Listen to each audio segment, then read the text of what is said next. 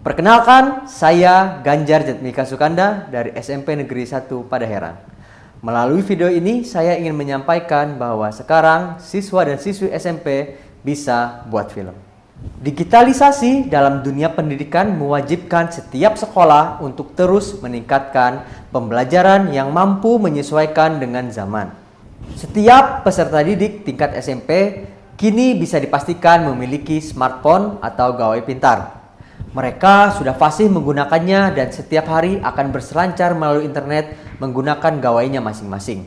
Melalui internet, peserta didik bisa dengan mudah menemukan informasi yang mereka butuhkan.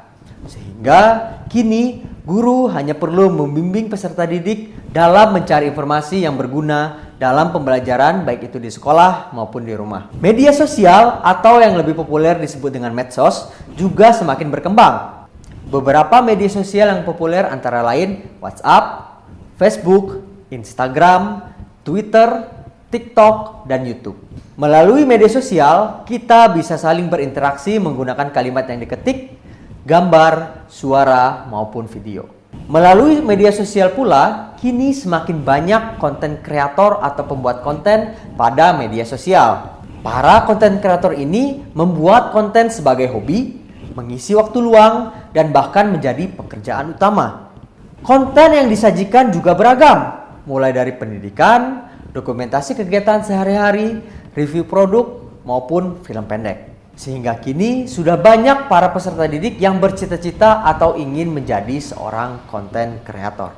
Kemampuan peserta didik di tingkat SMP dalam memanfaatkan gawainya untuk membuat konten video sudah sangat mumpuni. Namun, mereka masih belum begitu memahami langkah-langkah yang diperlukan dalam pembuatan film pendek. Sehingga, melalui pembelajaran pembuatan film pendek untuk jenjang SMP ini, akan bisa membantu mereka dalam membuat karya film pendek. Sebelum memulai praktik pembuatan film pendek, peserta didik diberikan asesmen diagnostik terkait pemahamannya mengenai film pendek. Tingkat kemampuan peserta didik menggunakan gawai, dan selain itu, melalui asesmen, guru akan mampu memetakan peserta didik untuk menempati posisi kru atau pemain sesuai kemampuannya pada praktik pembuatannya kelak. Asesmen ini dilaksanakan menggunakan Google Form. Setelah memberikan asesmen, guru memberikan materi dasar mengenai film pendek itu sendiri.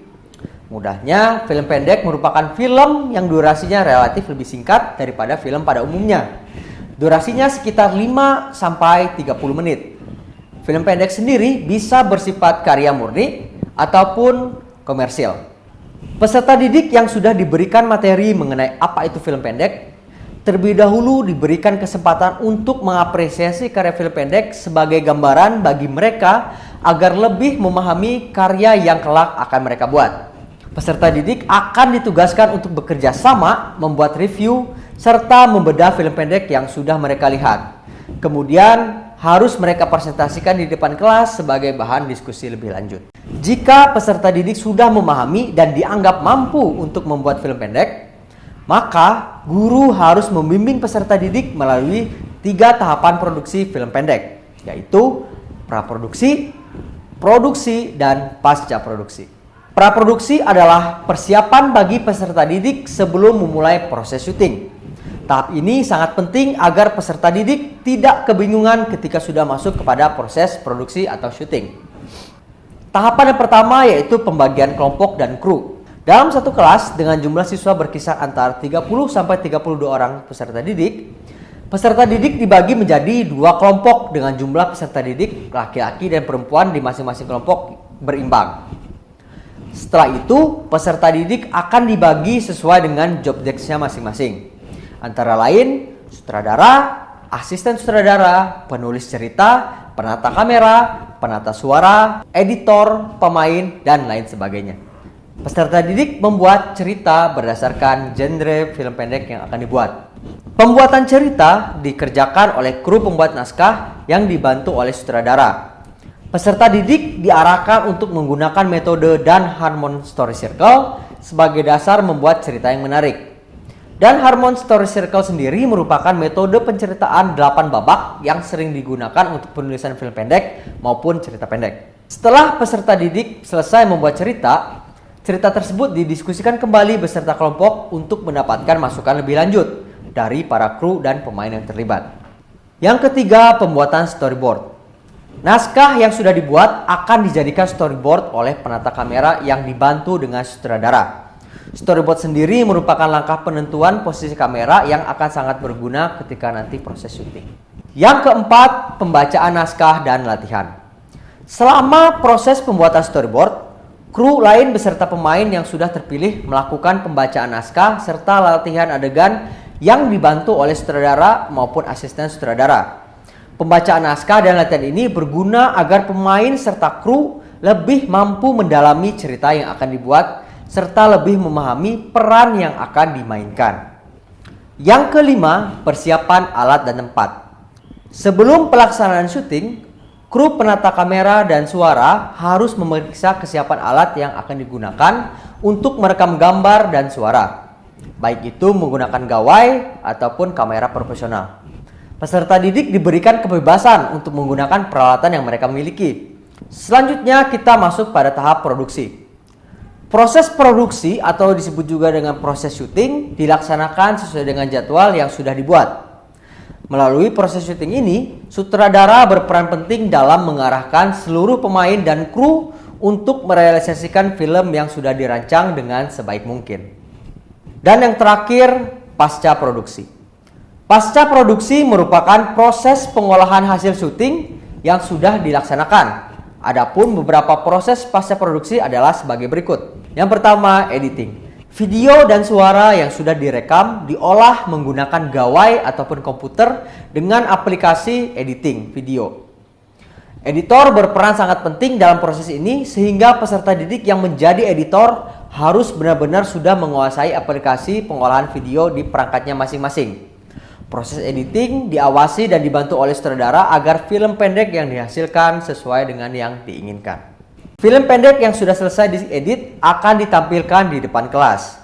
Kemudian film tersebut akan dinilai oleh guru, kelompok lain, dan kelompok sendiri agar mengetahui kelebihan serta kekurangan pada film.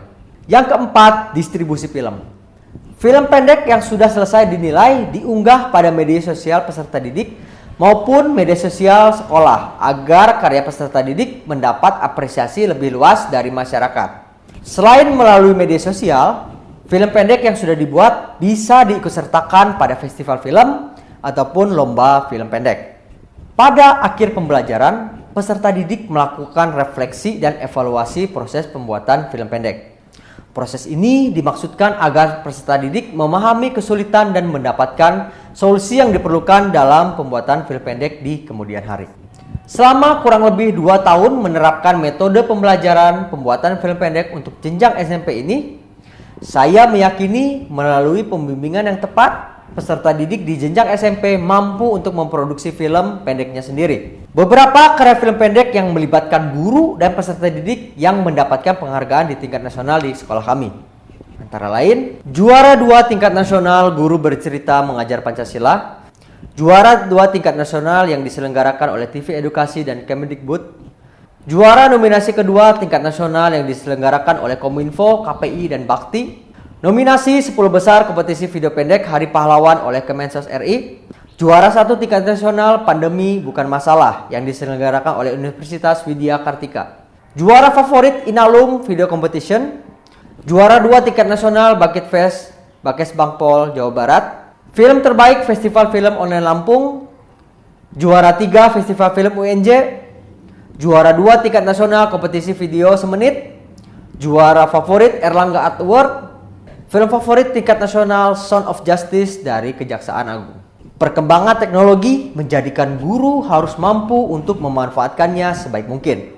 Guru juga harus mampu melihat potensi serta kemampuan peserta didik sesuai dengan zamannya. Sehingga guru bisa memaksimalkan serta mengarahkan potensi tersebut secara optimal.